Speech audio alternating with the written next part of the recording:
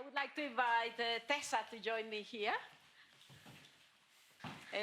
Hi, Tessa. Hi, Clara. How's it going? Good. This is Tessa Haver-Strong, the director of Forum Plus. Thank you so much for joining us today, Tessa. What can you tell about our audience about Forum Plus? Okay. Well, thank you for inviting me along this evening. It's a real pleasure to be here, so thank you. Forum Plus, we're a small charity which has been running since 2002. We work across Camden and Islington, and our aims are to improve the lives of LGBTQ people living, working and socialising in the borough. We used to be called Camden LGBT Forum, and a couple of years ago we changed our name because we're not just Camden based anymore. We work in Islington as well. Excuse me. So we put on events throughout the year during the LGBTQ calendar, and we offer strategic advice to both Islington and Camden Council, and we provide training services to the police, to the council, to other VCS organisations, and most importantly, we support victims of LGBT hate crime, so transphobic, homophobic hate crime, and biphobic as well. And that's a core part of the work that we do. Wow. So, yeah, we're a busy little organisation. Yeah, it sounds like what you do is amazing. What are the specific issues that women face in terms of hate crime? Do you know, I think that one way of looking at hate crime, certainly when it's based in homophobia and transphobia, is that it's essentially rooted in misogyny, because you're looking at women who may be presenting more masculine, or they're not feminine enough. You're looking at men who might be too feminine, and so and then with trans people who can be visibly different from the norms of wider society. There's a sense that either they're not man enough, or they're not women enough to do that. So, in specific relation to women, I would say that most of it's rooted in misogyny. So when women are experiencing abuse on the streets, for example, there's that case, I think it was back in 2019, when 2 women were attacked on the bus, and it just happened to be going through Camden at the time. And it just highlighted that real deep sense of homophobia. There were young men who were jeering and shouting at the women, and then they became violent. And when it came to the police action afterwards, it sort of seemed trivialised almost. Nothing was done about it until they went public with their story. So, and then all of a sudden, because it became a big story, suddenly the police were able to step into action. And then when you look at the sentencing that happened afterwards, okay, they were young males, however, they were given community orders, and I think there was a general feeling in the community that these people got off quite lightly. So I would say with that misogyny comes a lack of respect, and by predominantly men, and in that is a sense of entitlement almost to be able to treat women like that. Yeah, that makes a lot of sense. Yeah. I remember that case, actually. Yeah, and it took quite a while for the sentencing to go through, and when it did go to court, I think people were quite surprised at how lenient the sentences were. Yeah, it was quite bad. I remember the 2 women were pretty shaken by the whole thing. And they were physically assaulted as well. You know, there's that. It's almost like an archetype picture of you know, a woman's face covered in blood, and I think people, the community, you know, society found that shocking. And but this kind of thing goes on every day. Maybe not physical violence, but say on housing estates, Some of the cases that we have at the forum, they're long-standing disputes which have been going on, and because there might be a gay couple and they're openly gay, these women will experience abuse every day, and it's not taken seriously.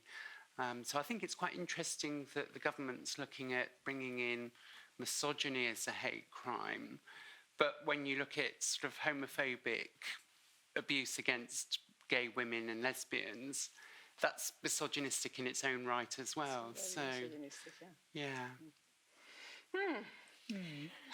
In terms of hate crime, how do you think different sectors of the LGBTQ community are targeted? In terms of numbers, I've got the reports for the last quarter. They come out quarterly. So in June, we received, across London, I think there were over 400 homophobic incidents. There were 55 transphobic incidents. But my understanding is most of those homophobic incidents were against men. So the trans community is quite targeted. A lot of reports are going through, but then when you look at what's called the sanction detection rate, very few of those crimes are actually, once reported, they tend not to make their way through the criminal justice system, and that could be due to a reluctance of reporting, or it might be that the police haven't got enough evidence to do that, to take the case further, or there's a feeling that it's just not dealt with seriously and other resources take priority away. And also I think from a trans perspective, I think that there needs to be some knowledge given about what the law actually stands for, because if the police aren't going to take a case to the Crown Prosecution Service, why is that? What are the reasons behind it? And one of them might be that actually the law hasn't been broken, but somebody feels as though they've been transphobically abused. And if you look at disability hate crime as well, the figures that are astonishingly low. I think only 4% actually make it through. Whereas if you look at race-based hate crime or faith-based hate crimes, the percentages are a lot higher. So, there's something going on there, and it could be just purely a legal part of why those cases don't go through.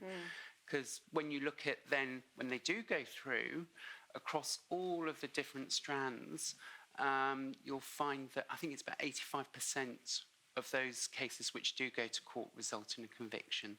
No. So, there's something going on between that reporting stage and it getting processed through to the courts.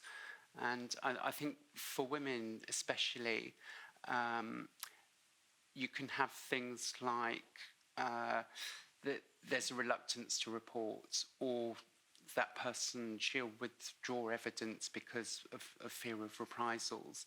And also, when you look at the statistics, women are actually quite hidden from, gay women are quite hidden from the judiciary system, I would say. And it's quite interesting that it's predominantly men who, gay men who are part of that homophobic category. Why do you think that is? I think that, men have more of a propensity for violence, and I don't want to sound cliche here, but maybe women stay at home more and just get on with life and enjoy life more. But certainly for trans women, and especially if you're a trans woman who's very sort of outwardly, visibly trans, then the big problems there is, again, it's men having a go at somebody who either isn't man enough, or certainly in their mind isn't worthy of even considering as somebody to have sex with. That kind of sort of like, I wouldn't go with you because you look like a man, or that kind of thing. So, I think that there's a lot to sort of unpack there. Yeah. I wonder if you have a story that you can share with us to help everybody understand a bit more, and certainly, like, it would help me understand better. Yeah. Well, I did mention the lesbians on the bus, but some of our most recent cases, I can remember there a woman was drinking in a bar after work, and she was openly gay, and a man came up to her and sort of made the come on, and she goes, "No, I'm not interested," and he then started calling her a dyke and that he could turn her around and do all sorts of things to change her. Of course. And she objected to that, and then he got really angry that there's this sort of pent-up violence there where he threw a glass at her, and to try and get a conviction around that was, I don't think it actually happened in the end, because even though there were witnesses, it was seen as hearsay, and that she started it when she didn't start it. And then on housing estates where it happens, it starts off as antisocial behaviour. It could be a noise complaint or something like that. And then when people find out you have a gay woman living in that property, then it seems like it's open season for harassment. And there's a case going on at the moment I'm working on, and this poor couple, they've been just having problems year after year after year for 7 years, and trying to get the local authority to take it seriously. They are taking it seriously now, but again, it all comes down to evidence and hearsay, so it's really, really difficult because those thresholds seem to be really high. And also big organisations are reluctant to, they just move slowly, and you want it sorted out yesterday. And so I'd say that, those are the kind of issues that we see at the forum. Excellent. Yeah. Thank you very much, Tessa. Is there anything that any burning thoughts that you have? I'll give you a minute. What can I think of in it for a minute? I would say that what's going to be interesting, I was hoping there was going to be an announcement this week during National Hate Crime Awareness Week, but looking at the misogyny part of whether that will actually be introduced into legislation is going to be quite an interesting thing, and it could have unintended consequences. For example, if it does become legislation, then what happens to crimes like rape, because they're obviously misogynistic, so will that automatically give a sentence uplift? It's difficult enough to convict people of sex offences against women as it is. I think the conviction rates are startlingly low. I think it's 1% or something. So, where that comes That's out, a big question to leave the audience with. Yeah. If that misogyny goes and becomes a hate crime, then what happens to rape? That's a great question. Yeah. So Thank you. Wait and see. Thank you very much, Tessa. Okay, thank you very much. Cheers. Okay.